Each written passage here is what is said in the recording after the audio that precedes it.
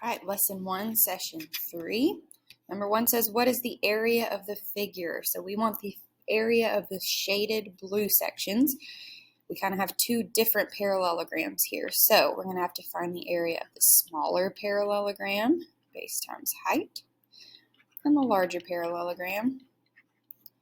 For the smaller, our base is 1, 2, 3, 4, 5, and our height is 2. For the larger, our base is 1, 2, 3, 4, 5, 6, 7, 8, 9, and our height is 1, 2, 3, 4. So that the area of both together is 46 square units. Here we've got a mixed number, so we still have our formula for parallelogram.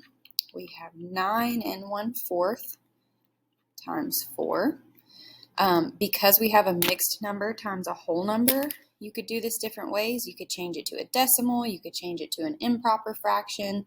I would probably go improper fraction. So we take 9 1/4.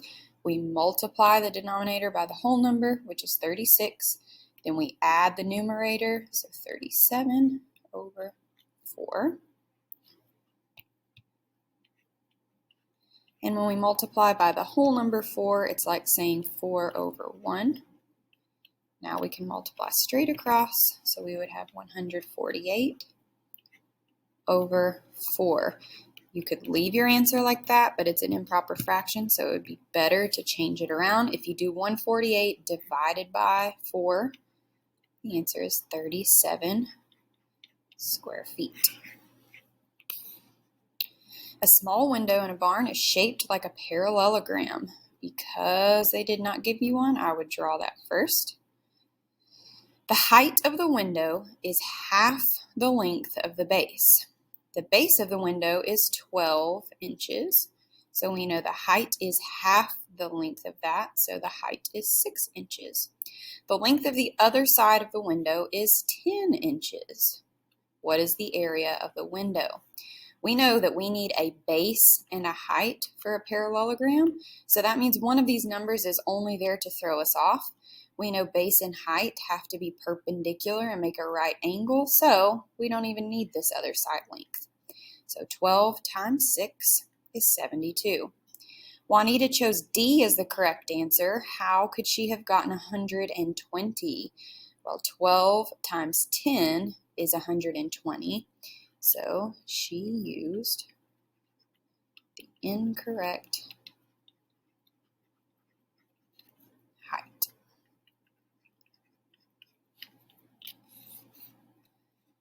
Kamani plans to paint the background of a mural on a wall for the school's cafeteria. It's in the shape of a parallelogram. 1 quart of paint covers 100 square feet. How many quarts of paint do they need? So first we need to just find the area of our parallelogram. So we have 28 times 7, which is 196. So this is not our final answer. We want to know how many quarts of paint. So 1 quart covers 100 square feet. That's not quite enough. So we're going to need 2 quarts. And we would have a little bit left over because that would cover 200 square feet. 2 quarts of paint. The area of a parallelogram is 18 square units. So the final answer is 18. One side is 24 units long. The other side is 6 units long. So we're not really sure which one's which, so I'm going to do it both ways, and we'll see. So on this one, they both need to equal 18. It could be 24 is the base, and our diagonal line is 6. Or it could be that 6 is the base, and the diagonal line is 24. We need to know what could be the parallelogram's height. So it's neither of these numbers. These are diagonal lines. We need them to be perpendicular to the base. So we are looking for the height. Let's look at this parallelogram first. If our base was 24, what could the height be? So 24 times something needs to equal 18. If we're getting smaller and we're multiplying, that means it has to be one of these fractions. 24 times a whole number would get larger. So 24 times 3/4 is equal to 18. So this would work for this parallelogram. 4/3 we know wouldn't work because that is actually larger than one whole, and we need something that's smaller than a whole. For this one, if our base was 6, our height, 6 times what is 18? 3. Here's a road sign. We have two identical black parallelograms. We want to find the area of the sign that is not black. So first I would find the area of the entire sign, so 36 times 30, which is 1,080. That's for the entire sign. But I don't want the part that is black, so I need to figure out the area of this parallelogram and this one, which is identical. And then we need to take that out, so 17 times 14, which is 238. Now keep in mind that's only for one of our parallelograms, which means we have another one that's the same amount.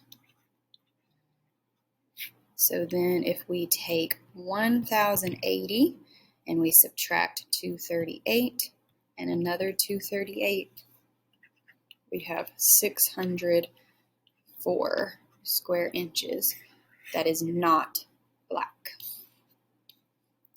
Leon draws the height in the parallelogram. He estimates the height is about 5 units long. Is his estimate reasonable? Explain. So we know that this diagonal line is 10. He's drawing the height coming out from it being 5. So if it was for his area would be 10 times 5, which is 50. Let's do it the way that we would without going on these diagonal lines. Our base would be 1, 2, 3, 4, 5, 6, 7, 8. And our height is 1, 2, 3, 4, 5, 6. So 6 times 8 is 48. This person's would be 10 times 5, which is 50. So I would say it is reasonable because 50 is very close to 48. So yes, it is reasonable. What is the area of this parallelogram in square centimeters? I see a lot of numbers here, but remember we only need a base and a height. They have to be perpendicular, which means they form a right angle. So I'm looking at the two lines that form a right angle. So I know I'm going to use 6.2 as the base and 5.7 as my height. And if I multiply those together, I get 35.34 square centimeters. Draw two different parallelograms that each have an area of 12 square centimeters. Label the base and the height of each parallelogram. You have lots of options. We just need it to equal 12. So we could have 2 times 6. We could have 3 times 4. You could have a 12 times 1. Any options that equal 12 would be correct.